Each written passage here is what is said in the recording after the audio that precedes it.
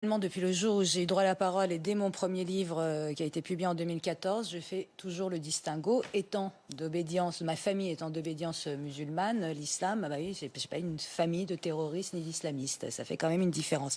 L'islamo-gauchisme, c'est la gauche qui finit par désespérer Billancourt, grosso modo.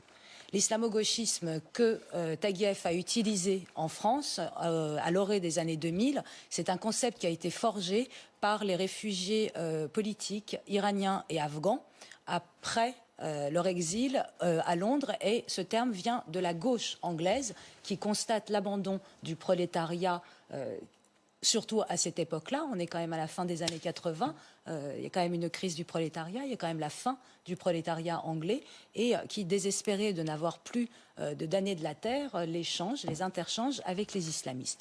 Ça n'a fait que s'accentuer depuis cette période-là. Quand on dit islamo-gauchisme, c'est exactement ce qui s'est passé d'une manière, j'allais dire, factuelle, avec signature en bas d'un document. C'est ce qui s'est passé en Iran en 1979, c'est-à-dire d'une manière totalement objective.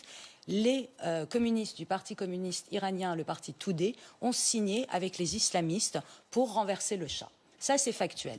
Ils étaient en prison, je sais de quoi je parle, j'ai un oncle qui était en prison à ce moment-là. Ils ont décidé de s'unir parce que, comme d'habitude, la gauche n'avait pas de leader, mais que Khomeini était là à disposition. Donc, on s'est aligné sur Khomeini en disant le leader. Et à l'époque, c'était amusant. La gauche disait quoi? Elle disait, non, mais de toute façon, les religieux ne savent pas gouverner. Donc, Khomeini va prendre le pouvoir. C'est un type charismatique. À l'époque, c'était par les cassettes audio qu'on répandait la bonne parole. Aujourd'hui, par les réseaux sociaux. Ça a marché. Dans le même temps, en Afghanistan, c'était les communistes qui avaient le pouvoir. Au moment où les soviétiques, ils ont appelé les soviétiques à la rescousse, parce que ils commençaient à flipper des islamistes qui arrivaient. Les soviétiques sont arrivés. Qui les a sortis? En gros, ça a été les djihadistes. Ça correspond. C'est quel jour? 15 février 1989. La veille, 14 février 1989, Khomeini balance sa fatwa contre Rushdie, abandonné par la gauche. Ces deux jours-là sont deux jours fondamentaux dans l'histoire de l'islamo-gauchisme. Et d'un coup, la gauche, tout d'un coup, entrevoit le grand soir à travers les djihadistes. Ils ont réussi à sortir la grande armée soviétique.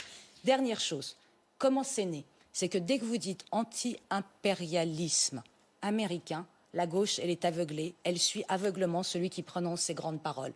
Ce qui est très intéressant, c'est qu'aujourd'hui, on n'est plus. Ça, c'était les mots des années 90. Aujourd'hui, c'est quand on entend anti-occidentalisme blanc que tout d'un coup, aveuglement arrive et on avance dans le même chemin. Et il se trouve que ce chemin-là a été préparé par les islamistes, qu'on le veuille ou non. Il y a des livres. Lisez, renseignez-vous, regardez ce qui s'est passé en Iran, regardez ce qui s'est passé dans les années noires en Algérie. Écoutez-nous.